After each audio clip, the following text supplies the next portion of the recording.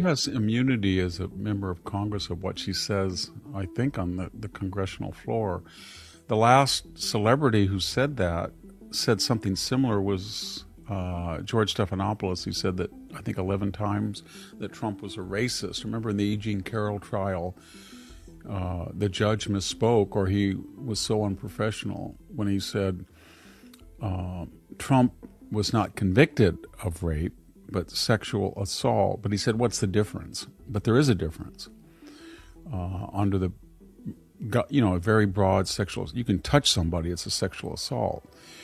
But so she should be careful because there's no evidence. In fact, she had pretty poor timing because about 48 hours before she said that, a archive emerged where Trump himself had called 2006 before Jeffrey Epstein was even convicted of anything.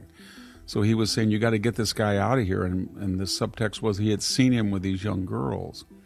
And so it's pretty clear that he didn't go to the island. He didn't partake in what Jeffrey Epstein was offering, yet she says this. And then she says, at least in Somalia, we execute pedophiles, i.e. like Trump. But then the point is, well, you've been accused of contrasting in a negative way the United States with this failed state of Somalia. You said that the United States was trashy and dirty. You said that the dictators were worse here. Why would you go back to that meme or theme again, that things are better in Somalia because you execute pedophiles and you don't do it here? Especially given your family's history, where your father was a general who was one of the military hirelings, I guess it's President Barry or whatever his name was, that committed genocide. And that's how you got here. People forget that about her. She poses as a left-wing cause celeb, but she was from the elite of the elite government hierarchy that was conducting a war of death. And that's how they fled here. And I think a lot of the recklessness that she's speaking about, because she's getting very reckless now, and that shows me, and I think the people who are listening, that she's desperate and she's afraid. And she's afraid and desperate for what? For two reasons. One, she filed a financial statement that said she could be worth up to $30 million. And the year before, she had almost no money. So she married this person who she had been paying as a campaign operative, and then he had no money, and now suddenly we find out he has a winery worth millions of dollars. He's got all these businesses. And so the obvious implication is that there are people who were giving him money for influence with her. But we don't know that. But she needs to explain how she can be in Congress. I mean, Nancy Pelosi became worth a couple $100 million, but it took she and her husband 40 years with inside trading and all that. She needs to say how she made $30 million in 1 year. And the other thing is, of course, the $8, $9, $10 billion Somali fraud is getting very close to her. She knows that she's the pinup girl for Somali. She, by her own volition, she wanted to be the face of the Somali immigrant. And, 75% of the people are on public assistance, first and second generation Somalis. So if you go, if you want to be the pinup for the Somali immigrant community, then when you think that in the post-George Floyd woke era that's cool and neat, and you're going to get a Somali mayor, which they almost had, and you were taking over Minnesota, and then when things go south because the real Somali community is disclosed, and then all of a sudden you say, I'm not, I had nothing to do with it. Well, she did. And all of these people, everybody in elected office, Fry, Waltz, Ellison, either got money from the Somali community or knew what was going on. And that's one of the things we never talk about. DEI. DEI is a malicious, venal, toxic ideology. For one reason, it gives people exemption to go commit crimes and then say, oh, it's racist. And I went to a local drugstore today, and I can tell you, just to get a prescription, I waited 40 minutes because people who are apparently not familiar with how to use a Medi-Cal card, half of all things in California are Medi-Cal, but you just go to these places and the people pull out these cards, and it's not, oh, I need some insulin, here's my card, bam, 10 minutes. You know what I mean? It's, oh, let me see this, that, oh, that, no, that's not good, pull out another one. We have a problem with people coming up from Mexico illegally. We don't have a problem with Canadians coming in to the same degree illegally. We don't have as much remittances going to Canada as the 63 million that are subsidized by our taxes. There are drugs coming across the Canadian, but it's not killing 70,000 people like the cartels who get Chinese product sent into Mexico with the knowledge of the Mexican government. And we don't run a $171 billion surplus. Mexico has a $171 billion surplus, and Canada is about 62 or 3. So yes, let's address Canada's surplus. Let's address its shorting us on defense expenditures in NATO. But let's be honest, that 63 and 173 and the cartel money that they make, 20 or 30 billion, it's about $250 billion that leaves this country for Mexico. It dwarfs what leaves the country for Canada. And we don't worry about Canadian cartels. And the Mexican government is even further left than the Canadian government. And so I think right now we should take a big pause with Canada and deal with Mexico and say, you're going to get a tax on remittances, and you better do something about the Chinese fentanyl, or we'll do something about the cartels, and we need to reduce the $171 billion trade deficit with Mexico. They thought it would stay buried, that no one would ever see the cracks in the story. But when silence breaks, it's not whispers that come out. It's records, testimonies, and a trail of resentment that refuses to disappear. This is going to be interesting because the three blind mice, Brennan, Clapper, Comey, have told us they had nothing to do with this, and they gave an accurate assessment. So now Tulsi Gabbard's given another trove, and now we have Senator Grassley, the Senate Judiciary Committee, and he's pro tem leader of the Senate. He's released information from the classified Durham report, which is, I don't know why it was ever classified. It was damning. And we're getting all of these testimonies from the next tier of the 18 intelligence agencies. So very quickly, what we have is this. We now know what actually happened, because these 18 intelligence authorities and their subordinates were mad at the blind mice, the three, and they have a record of it. They said that we told Brennan or we told Clapper that there was no evidence for it. The Steele dossier was, and they said, well, it could be true, it would be true, and then they didn't listen to them. And then they picked 5 people, that's all they could find. And they had like fragmented emails, and even that was pathetic. And they did this because after the election, Hillary Clinton's dossier had failed to convince the American people, the Steele dossier, that Donald Trump had colluded. Nobody believed that. So during the transition, Obama took over from Hillary and brought in his 3 intelligence and investigatory heads and said, basically, I got the guy, Trump, you find me the crime, in Berea style. And they said, okay. And they went to their 18 intelligence subordinate, and they couldn't find any. So they cherry-picked a few, and they created a false narrative. Now, this is where it gets interesting. How do we know this, and what degree are they criminally exposed? A lot of those people were really angry at them because they were misquoted, or they were lied to, or they were manipulated, and they're still alive, and some of them are still working. And they have been coming as whistleblowers to the Director of National Intelligence, Tulsi Gabbard. So we should expect there's going to be testimonies from these people that will be supported by the documents. There will be testimony by Clapper and Comey and Brennan that they didn't do this, but it won't be supported by the documents because they won't find any evidence there was Russian collusion in the documents. But they'll find now for the first time, that their own people were saying there was no evidence, and it's on writing. So now the three are going to have to say to all the whistleblowers, you're wrong, and those documents are wrong. Or they're going to say, you're right. You were right. There was no evidence of Russian collusion. All the documents prove that you're right. They all prove that we were wrong and lied. However, at this meeting in December, we were told by Barack Obama to reject all of your accurate assessments and all of the documents that you presented. And he's the commander-in-chief, so he gave us an order. It's you, Barack. And I think they're going to do that.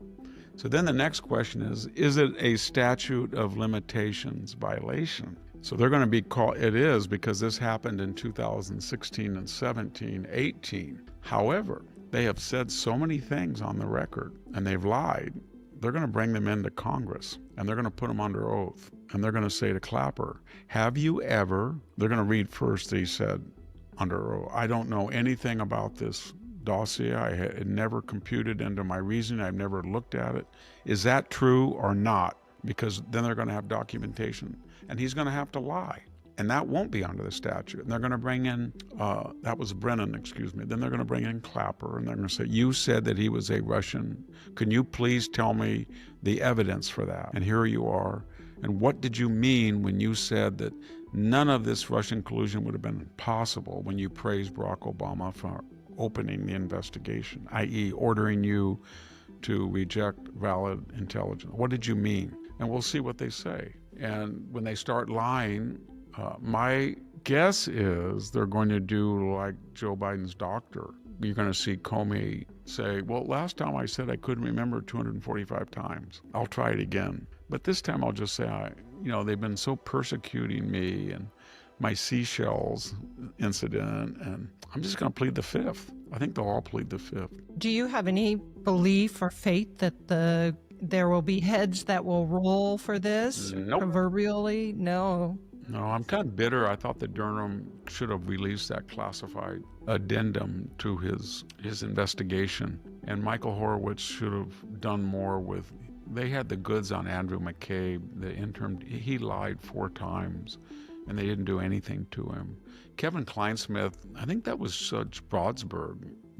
He should have been put in jail for 5 years for doctoring.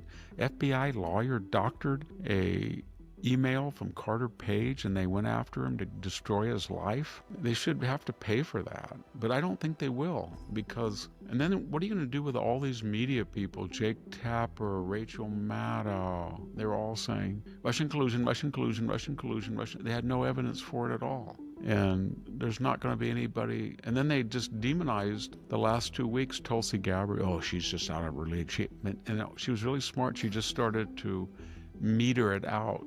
Each time release was better than the one before, and she's got more because she will have whistleblower testimonies. So everybody's listening. What basically it was that Hillary Clinton wanted to destroy Donald Trump. So she hired, there was an old dossier, a guy that the Never Trumpers had. So she got a hold of Christopher Steele and said, I will pay you, but I got to hide it from the DNC, Perkins Coie, Fusion G. And then you get all this dirt on Donald Trump. I mean dirt. He urinated on a prostitute, all this stuff.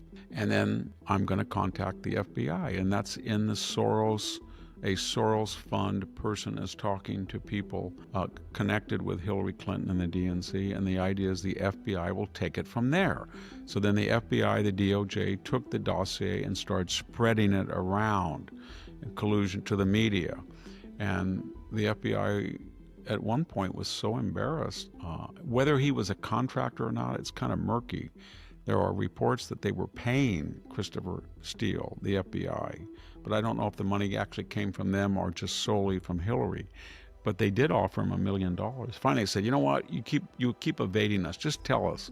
Is this true? We'll give you $1 million if you can bring in third-party evidence. And he didn't want to take them up on it. So that shows you how eager they were to defame Trump. And then it was, the funny thing was the Russians, they had tapped into Hillary's emails, and the Dutch had tapped into their emails. And so we know a lot of the correspondence, and it's like, it's really kind of funny to read it. It's kind of like, well, we do anything we want, but my gosh, this is a horse of a different color. Why do they think that we created this dog? Who is Steele? What? We don't care about Trump or Hillary. They're both Americans. We can deal with either one of them. Why are they thinking we could collude with him, but we didn't? Why did we get blamed for? We can get blamed for everything, but we shouldn't get blamed for stuff we didn't do. It was really funny that they're confused about it. You want to take out, I don't know, you want to give them missiles and bombers so they go in and bomb the Russian. That's what you're going to have to do to win. And I think in the Cold War, there was a little rule that said, when you have a proxy war between two nuclear powers, you do not use your proxy to hit the country or threaten your rival. So Cuba's a proxy, but you don't arm Cuba with nuclear missiles to hit the U.S. mainland. And then the Russians said, okay, then you don't use Turkey to use nuclear missiles to hit us, and we took them out. Vietnam, we don't use Vietnam to hurt the Russian mainland or the Chinese mainland that was supplying them. That was all established in 1950 when MacArthur wanted to either use depleted uranium radioactive material and sew the border between along the Yalu River so the Chinese couldn't come across, or he wanted 30, we didn't have 30, maybe we did by that time, nuclear weapons to bomb the Manchurian depots, loading zones, assembly areas, and factories. And Ike said, and he wanted theater commanders to have the ability to use nuclear weapons. Ike said, Truman said no, and then Ike said no. Ike in 53 said no, Truman said no, and MacArthur kept saying, there's no substitute for victory, and Truman said, you're gone.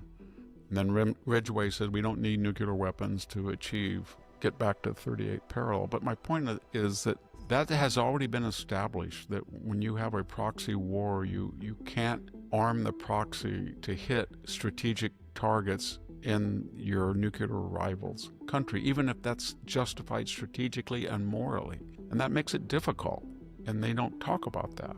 They don't talk about that. Victor, let's wrap this up today with your thoughts about the fact that former special prosecutor, maybe we should even have called him an illegal. There is no statute anymore for special There prosecutor. seems to be no basis for his position. Yeah. He is under investigation for two things: for violating the Hatch Act and for improperly using his special prosecutorial powers to interfere with the 2024 elections. And I'm sure there are other reasons for him being in the crosshairs. He's got so much legal exposure. That, Victor, when he was appointed, remember when he was appointed, everyone, on the same day, just 2 weeks after, I think it was November 15th or 18th of 2022. It followed 2 weeks. Donald Trump says, I'm going to run for president in 2024. 2 weeks later, the Biden hit team gets going. So on the same day, they bring in Nathan Wade from Fannie Wils's courtroom, and he spends all day in the White House counsel. Hey, Nathan, what are we going to do now? What's the progress? What's the chances you're going to get him in jail? The same day, Michael Colangelo, who had come into the DOJ under Merrick Garland from Letitia James, hey, come in here. You did a great job with Letitia. You really hurt him. You got a $400 million fine. Hey, it's time for you to go back and get back into the game. So you're going to go quit today, and you're going to go join Alvin Bragg. That day, there was a trifecta, and they appointed Mr. Smith special counsel. And then what did he do? It was no time at all that he speeded up the schedule of interrogatories, interviews, scheduled indictments to get Donald Trump. And then he wanted it to coincide with the campaign year. And he accelerated that. People at the Wall Street Journal like Kim Strassel had written all about that. And then he charged him. Why was he appointed? He was appointed because of the Mar-a-Lago raid, initially, and January 6th. His two sources of indictments were insurrection, of which Donald Trump had never been convicted. He had never been charged. There was no one who ever said he was an insurrectionist. No prosecutor who ever thought he could convict him. If you're an insurrectionist, you don't say, I expect you people to go peacefully and patriotically over there.